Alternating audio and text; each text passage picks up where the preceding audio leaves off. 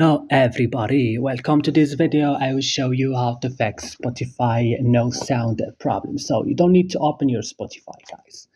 Open the settings of your phone, open apps option and search here for Spotify. Open Spotify and you will find this list. Click on storage, click clear cache. Right now go back and click force stop, click OK again. Come directly to Play Store or App Store and you have to update your Spotify right now.